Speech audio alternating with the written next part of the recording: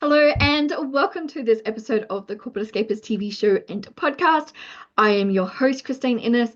Can I just say, I am freaking delighted to have just such a fresh breath of air, the beautiful and just amazing Cass Barrie. Thank you, beautiful, for being here. Hello, thank you for having me. I'm really excited about today because, we were just off air and I said, let's just go wherever it takes us. So I think today's conversation is going to be pretty epic with whatever we're going to let loose out there. So before I get carried away, my friend, I'm going to get you to introduce yourself and then we're going to have an epic conversation today. Amazing. Well, yes, I am Cassandra Barrie. I am a business therapist. I'm located sort of right on the edge of Brisbane and Ipswich here in Queensland. And business therapist. What the hell is a business therapist? So for me, I have had several businesses over several different industries. And I've had coaches and then I've had therapists as, excuse me, as I've had a, wonderful, crazy, chaotic, journey so far. And I really sort of felt that like I was more than a business coach and people need therapy. So I was like, you know what, let's mash them together because for me, when I was at the peak of my businesses, I had four businesses at the time, all spanning over quite a few different industries, and my husband Glenn passed away. And that really threw me into this whole different world as a human, but then as a business owner. And I just sort of feel that like we try and separate the two when we're not. When you're in business, you are your business. So business coaching just wasn't right for me. And then that's how we created, yeah, business therapy. So when you grow, your business grows. Absolutely. I always say to people, if you want to go on a personal development journey, start a business.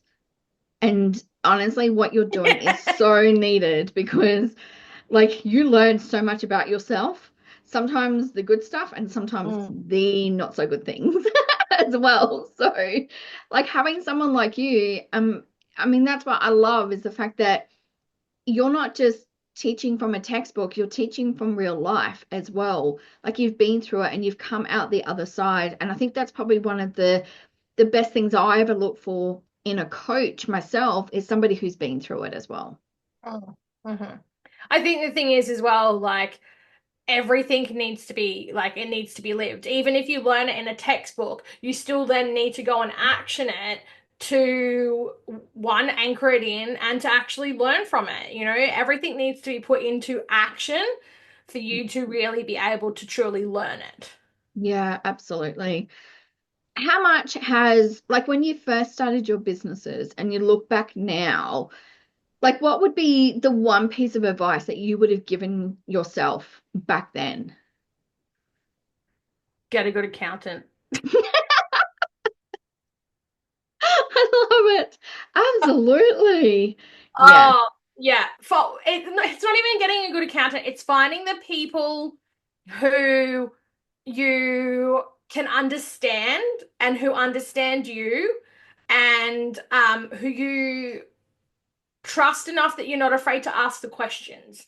And I think that was one of my biggest things, especially in the realm of accounting and numbers and things like that, was the fact that like I knew my accountant, they were a family friend, but I sort of had put them on a pedestal.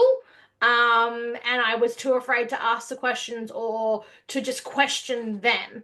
And that bit me in the ass several times over. And I've been in business now for 15 years and I've probably only had two accountants that I've really trusted and been able to question. Um, Mm, and I've had a few accountants over the years. yeah.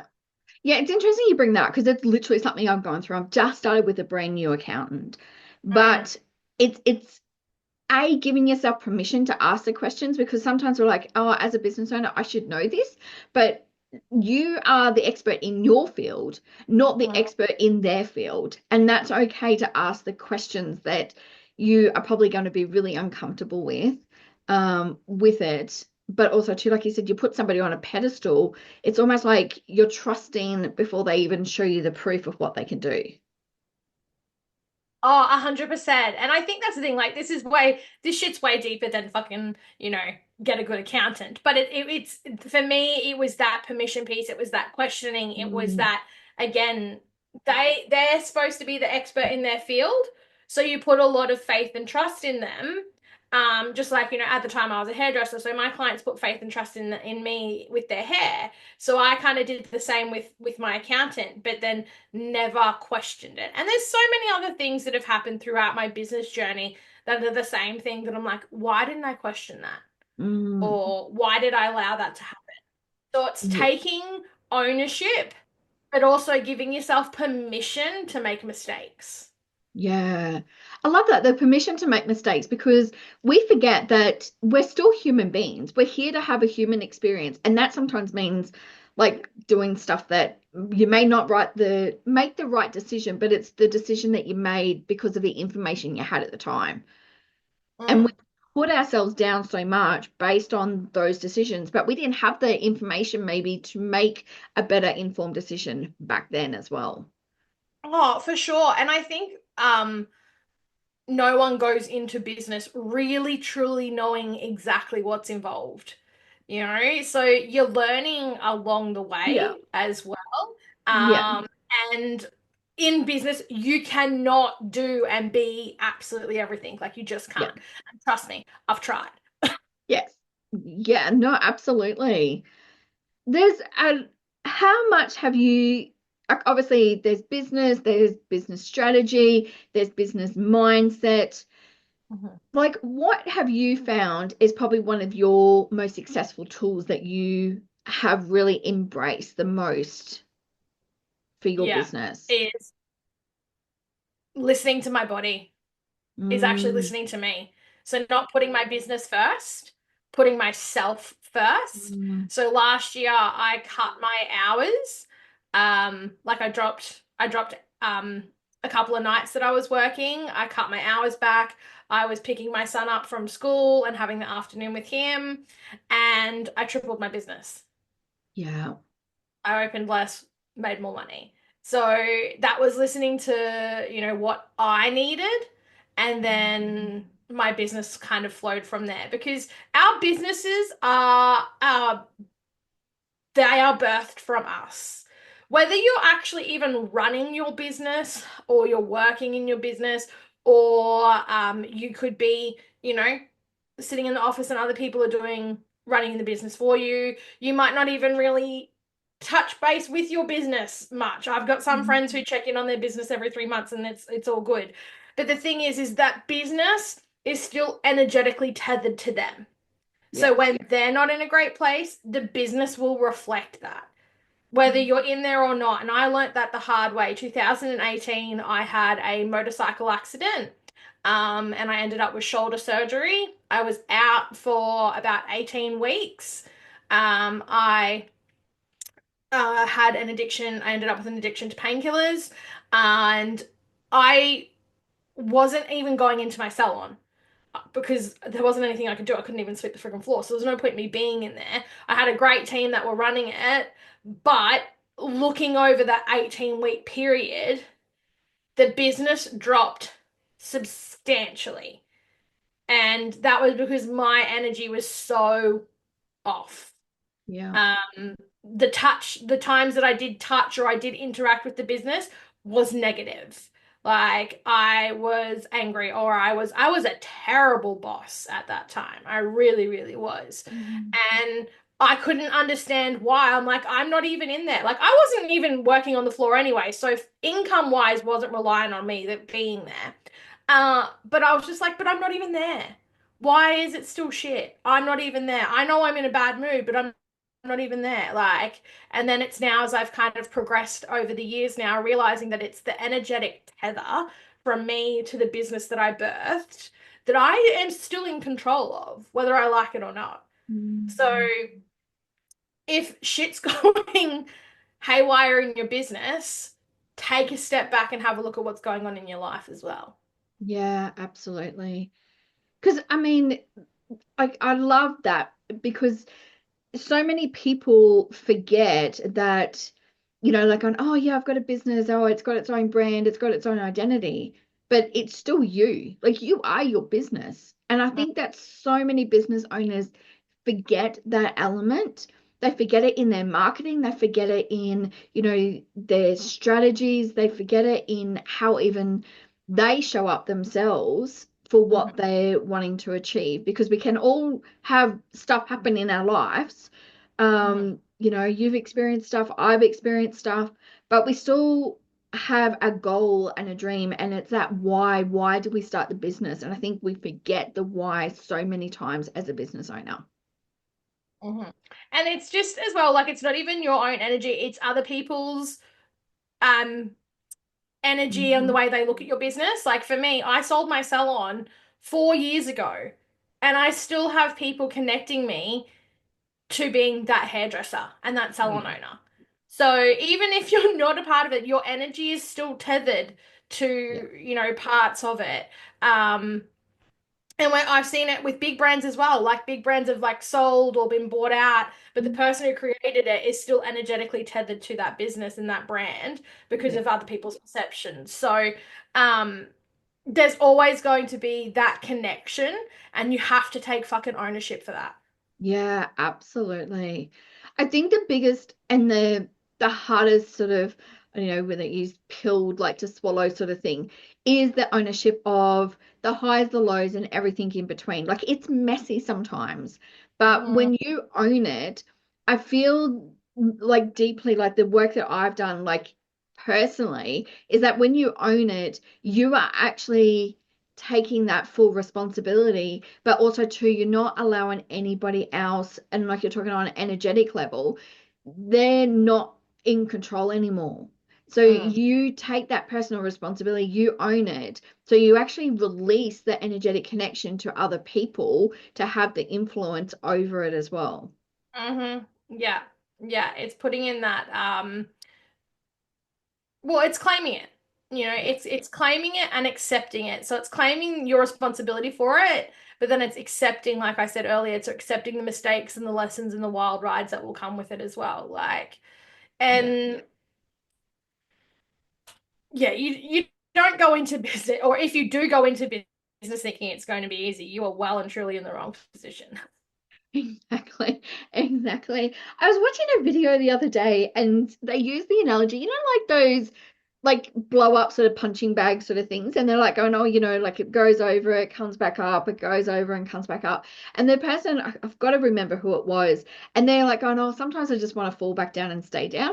And they're like going, well, I thought you were an entrepreneur, because an entrepreneur learns how to fall down and get back up, fall down and get back up, because we've got that drive. It's it's something I think you can learn, but it's also something that's uniquely embedded in certain individuals as well. We've got a drive to do better, to make a difference in the world, and to be of service to other people. Oh, 100%. I'm opening a brand new location on Saturday. So I'm opening like a co-working office space, and I literally sat down this morning and went, you know what? I could just not go in and just pretend it doesn't exist. Like Yeah, like I'm just done. I'm just done. Like yeah, I think I'm at the point where I'm like I'm not excited because there's still so much to do, but then I am excited, but then I'm numb. Like I'm just like, what the hell, you know? yeah. And so I think that's the thing is it's just realizing that part of the success journey and part of business is taking the highs and lows, which is also fucking life, like really. Yeah, absolutely. I have this quote, and it's dreams plus action equal reality, because Mm. to make everything to, like Bob Proctor says, like anything you can see in the screen of your mind, you can hold into your hands. But it's the action that you take personally. Like you can't rely on anybody else. It's up to you. Like you've had the ability to dream whatever dream it is. You've now got to take the action to make it happen. And Mhm. it's sometimes it's, quick action, sometimes it's, slow and steady wins the race. But if you're just going to sit there and keep dreaming about it, it's not going to happen. Yeah, and that's exactly right. Like a dream is a dream, and a dream has to become a vision, and then it has to become a goal, and then it needs to be actioned for it to become a reality. And Yeah. I think for me, you know, when my husband passed, so it was back in 2015, he passed, and I was 30 weeks pregnant with our son at the time, and I had never faced death. Mm. So for me, that was that catalyst and that turning point and that reality of like, okay, well, we're not promised tomorrow. Like, stop having all these dreams. Stop dreaming about it. Start fucking doing it. Yeah. And now we're, 10 years on, and that's exactly what I live by now is if I can see it like you just said, if I can see it, I can make it reality. Yeah, absolutely. Because honestly, I feel like, whatever we do, and it's not always about starting a business. It's just could be being the best mom. It could be the best person in the world, like, kind and generous and caring. But that's your legacy that you're leaving behind. And I think we forget Mhm. that even after we've gone, like, I mean, this is why I love doing my books and the magazine and the podcast and all this other stuff, because you're leaving this legacy, you're leaving this footprint behind, and you never know who could watch it later on. It's like it's Mhm. ever growing. It's such a beautiful thing. And just your kindness in the world, the stories that you share, that's leaving a legacy for other people to show them what is absolutely possible. Yeah, definitely. And it's showing people it's taking people through your lessons as well. It's creating, little textbooks along the way so people can learn.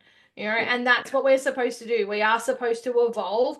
The earth is ever evolving, the universe is ever evolving, us as humans are ever evolving. Like that is what we are supposed to do. If we yeah, don't continue to shift and learn and grow, then what the hell are we even doing here? yeah, absolutely. Tell us about this amazing space that you've created because Oh, I'm really excited for it. Very excited. Tell us, what are some of the amazing things? I know you're going to have events and all of that there, but you've got a co-working space as well. But I just know that, like, with your energy, your vibrance as well, what it's going to bring, not only to the community, but to also business owners.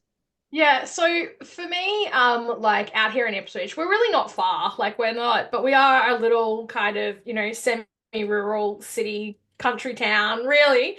Um, sometimes we get forgotten about here in the old Ipswich. But for me, that was the biggest thing. Like I said, I've been in business now in Ipswich for 15 years, and I just get sick of traveling to Brisbane and the Gold Coast for events. I was just like, we have I think 4305 and 4306 postcodes are one of the largest postcodes probably in, Southeast Queensland. We have so much area that we reach under the banner of Ipswich. And I'm just like, we have so many business owners, so many amazing companies, so many amazing brands out here that just get forgotten about. Or we have to leave our hometown to go to everything. Love the Gold Coast, love Brisbane. There's always something amazing happening. And I was just like, no, why can't we have this in Ipswich? And so it was one of those things that I was like, you know what? I'm going to make it happen. I'm going to build it. I'm going to create it. And so Citrine Spaces, that's opening is, yeah, it's a co-working. It's actually called the Entrepreneurs Playground is the tagline. And that's exactly what it is. It's going to be a space where business owners can come together and create. We'll have like hot desk hire. I can turn it into like a conference venue. I run breath work, so I'm even going to chuck yoga mats down and turn it into a space like that. But I feel we have so many of these kind of content creation studios popping up everywhere, which is amazing. But I always feel when I walk into them a little bit uninspired. Mm. And I know that they are generally white and beige because they've got to accommodate everyone in their branding and all of that kind of thing. And there's more flexibility, obviously, in a plain space, but I just can't do it. Like I can't do plain. I was like, I need to create a space that feels inviting and inspiring and safe and warm. Um, and I really think that's exactly what I've done Yeah. with Citrine Spaces. You know, it's just going to be somewhere that's going to bring people together from all walks of life, all industries, all business models, all business shapes and sizes, and just be like, hey, let's create together. Let's Yeah. learn. So, Yeah. I love it. I love it. I love the name too. It's my favorite. yes, So yeah. yes, absolutely love it. I honestly, like I said to you, I adore you. I love what you're doing. I love how you are raw and authentic because I think so many people are trying to play it safe in the world, whereas, we are born with such unique gifts and we need to start sharing that with the world. And you are certainly doing that, my friend. I am so excited for you for what's to come. Awesome. Thank you so much. Mm. It's easier to just be all of you, you know. Yes, Like, yes, absolutely. I remember I would like being in corporate. I would go home and I was so tired, like so tired. And it was mhm. because I was pretending to be somebody else. And then I'm like going, oh my goodness, like hats off to these actors that have to pretend on like 14, 16, 18-hour sets every single day. Like now I know why you get paid the big bucks. Like, it's massive. Yeah. Like, but isn't it? It's so much easier, isn't it? Like just to show up for yourself. hmm And I think as well, like for me, like you were saying before about leaving that legacy and stuff like that, like I want to create that permission slip for others, like help them see that. And I think, we're in a generation now where we're learning so much more about ourselves and emotional intelligence and energy and all that than what, say, those who have come before us have. And I want to be able to learn most of that so I can then continue to pass it on. Like I've got a child, I've got nieces and nephews, even my family and my siblings. So it's like the only way that I can best give the lesson is to live it first. Oh, absolutely. I literally see you like, okay, here's an idea. You can run with it if you want to. I'll give it to you for free. Um, as I walk into Citrine Spaces, here's a permission slip just to say it's your permission to be yourself. And that's the only criteria for them to enter the space. Yeah. So oh, I love it. I absolutely love it. What is Yeah. next for you? Obviously, I know that you are a very creative person. Obviously, you got Citrine Spaces. What else is happening in your world? So I opened Citrine this week and then I run a collection of networking and collaboration events. Some are free, some are ticketed, so they happen throughout the month.